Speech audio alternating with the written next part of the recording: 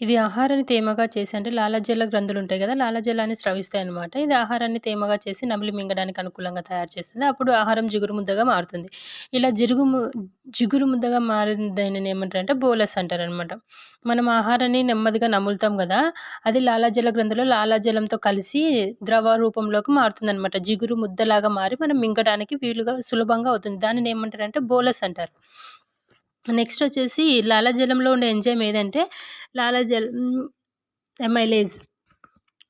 లాలాజల amylase. పెద్ద పెద్ద పిండి పదార్థ అణువులను ఇది చిన్న చిన్న అణువులుగా మారుస్తుంది. సాధారణంగా చక్కెరగా గూడా మారుస్తుందనమాట. మింగే క్రియా యంత్రాంగం కూడా నాడీ సమన్వయంతో పనిచేస్తుంది. ఈ ఈ అంటే మనం మింగే ఒ ఒక యంత్రాంగం ఉంటుంది గదా! అది దేనితో సమన్వయం అవుతుందంటే నాడీ వ్యవస్థతో సమన్వయం. అది ఎక్కడుంటుందంటే మెదడు కాండం దగ్గరలోని మధ్య ముఖంలో ఈ నియంత్రణ కేంద్రం ఉంటుందని ఇచ్చాడిక్కడ. ఇది కూడా ఇంపార్టెంటే. తర్వాత దంతాల నాలుక సాయంతో ఆహారాన్ని నమిలి చూర్ణం చేయడం ఆహార పదార్థ పరిమాణం మింగడానికి అనువుగా ఉంటుంది. అది ఇంతకుముందే నేర్చుకున్నాం గదా! నెక్స్ట్ వచ్చేసి చూడండి పీహెచ్ వాల్యూ గురించి ఇచ్చాడు. దీంట్లో అంతా చదవాల్సిన అవసరం లేదు.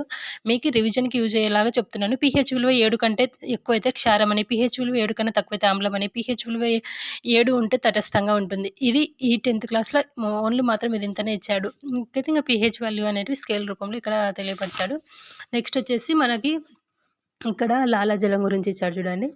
మనము అంటే నిశాచర జీవుల గురించి మీరు విని ఉంటారు. రాత్రి వేళల్లో చురుకుగా ఉంటాయి. అయితే పగటి వేళ ఇదంతా మ్యాటర్ ఏం లేదు. దీంట్లో ఏమంటే మనం పడుకున్నప్పుడు లాలాజలం స్రవిస్తాం. మనకి ఒక్కోసారి పడుకున్నప్పుడు మన నోట్లో నుంచి లాలాజలం వస్తుంది గదా! అదెందుకు అంటే లాలాజలం అనేది పగటిపూట అంటే విడుదలవుతూ ఉంటుంది. మనం ఆహారం తిని దాన్ని పడుకున్నప్పుడు అవి పనిచేయదు గదా! కాబట్టి అది బయటికొచ్చేస్తూ ఉంటుంది. అదే రాత్రి వేళలో అయితే ఆ విధంగా జరగదనిచ్చాడు. తర్వాతొచ్చేసి 1-1.5 మనం లీటర్ల లాలాజలాన్ని ఉత్పత్తి చేస్తామనమాట ఒక్క రోజులో. ఇది గూడా ఇంపార్టెంట్. ఇది బిట్ ఇంపార్టెంట్. నెక్స్టొచ్చేసి హ్మ్. ఆహార వాహికలో ఆహార ప్రయాణం ఏ విధంగా ఉంటుంది అనేది ఇచ్చాడు. ఆహార వాహిక యొక్క నిర్మాణాత్మక, క్రియాత్మక లక్షణాలను వివరిస్తుంది. తర్వాత ఆహార వాహిక చూడండి ఇక్కడ గోడలు శ్లేష్మాన్ని స్రవిస్తాయి. అంటే గోడలకు శ్లేష్మం ఉంటేనే కదా పదార్థం ఈజీగా కిందికెళ్ళిపోతుంది. ఆహార వాహిక గోడలు స్థితిస్థాపక శక్తి, నునుపు కండరాలను కలిగి ఉంటాయి. నెక్స్ట్ కింది భాగం జీర్ణాశయాన్ని కలుపుతుంది. ఇదంతా ఒకసారి చూసుకోండి. అంటే ముద్దగా నమిలి మింగిన ఆహారం పెరిస్టాలిక్ అంటే తరంగాల రూపంలో ఇట్లా ఉంటుంది గదా! తరంగాల రూపంలో కదలిక ద్వారా జీర్ణాశయంకి చేరుస్తుంది. సంకోచం సడలికల వల్ల గోడ కండరాలలో తరంగాల ఇడిచ్చాడు చూడండి వస్తాయన్నమాట. ఇది అది ఇచ్చాడు ఆహార వాహికలో ఆహారం. ఏ విధంగా అంటే ఇది ఎక్స్‌పెరిమెంట్ అన్నమాట. బంగాళాదుంపను ఒక టైర్‌కి నూనె పూసి బంగాళాదుంప